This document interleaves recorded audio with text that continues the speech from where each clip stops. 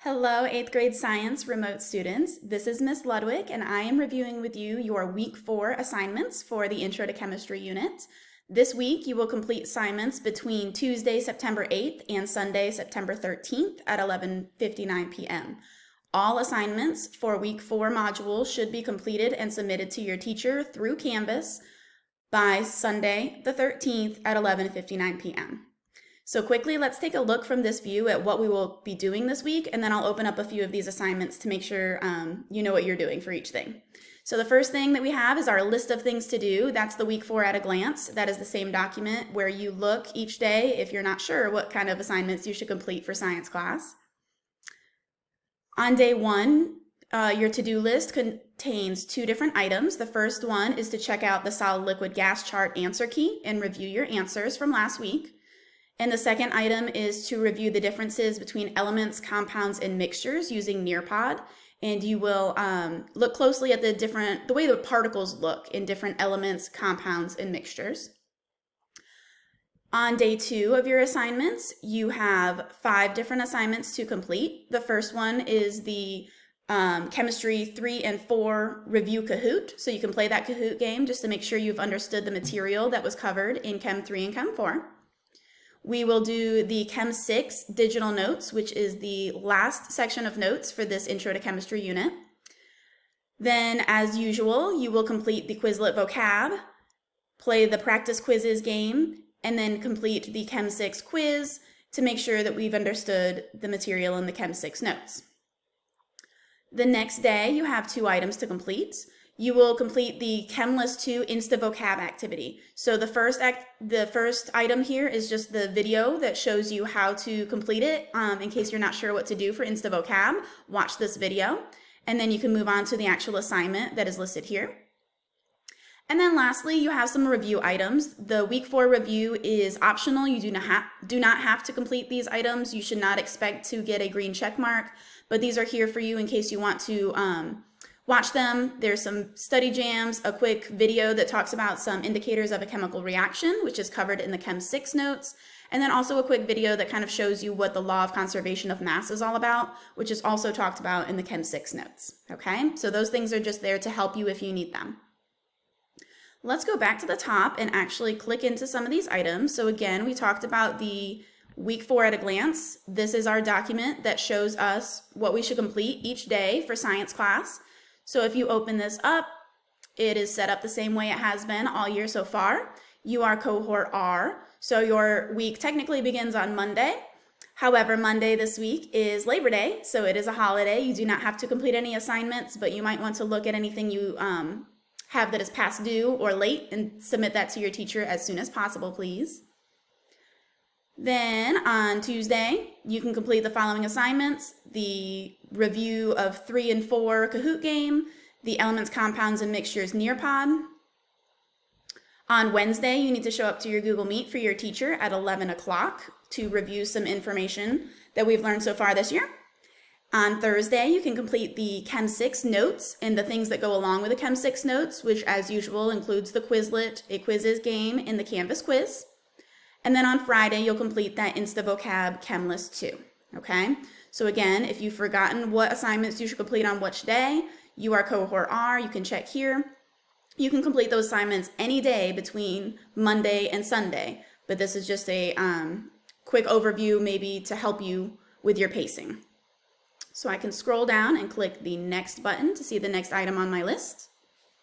This is the solid liquid gas chart. Last week you did a drag and drop activity where you identified whether the closely packed vibrate in place particles was a solid, and then a liquid would be close together, move freely. A gas particles, they spread out and they bounce around, they're full of energy. So this is the answer key to the assignment that you did last week. So take some time and just review that. Make sure that you understood the information from last week. If you need to make any changes to that, you can go back and do it. But these are the answers, so check those out when you have time to make sure that we understand how the particles act in a solid, a liquid, and a gas. The next assignment is a Nearpod assignment. So this is an interactive presentation. So this is like a PowerPoint that your teacher would go through in class, but it has some interactive components. So notice that it says you should review the review this Nearpod and complete the interactive slides as you go.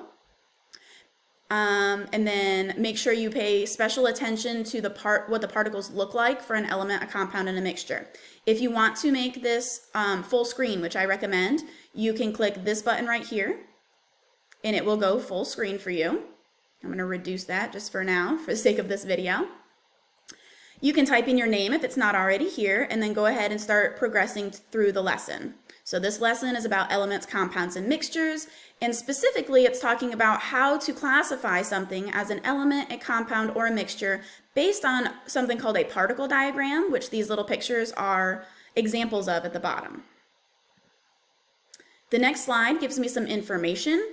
If you would like the slides to read to you, this button up at the top left with the little open book and a speaker, if you click on that button, the computer will read to you the words that are on this slide. So that might be helpful to you. You can read about what an element is, check out what the particles look like in an element. Notice they're found on the periodic table. And here's an example of the first interactive question. So this is a poll. It has a question: is oxygen an element? And it has a picture of oxygen, and then you can answer yes or no. Now this is a poll, so it will not necessarily tell you the correct answer. It's going to tell you what most people think, whether oxygen is an element or a compound, okay?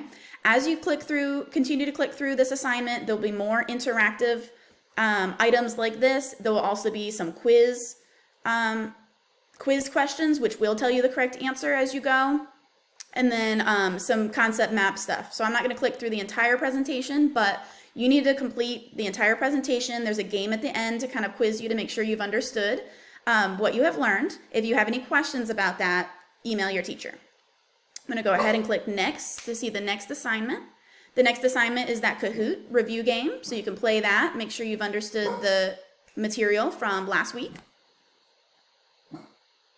You will complete your Chem 6 digital notes, which is the last note section for the Intro to Chemistry unit. So next week we will be taking a unit test and reviewing a little bit.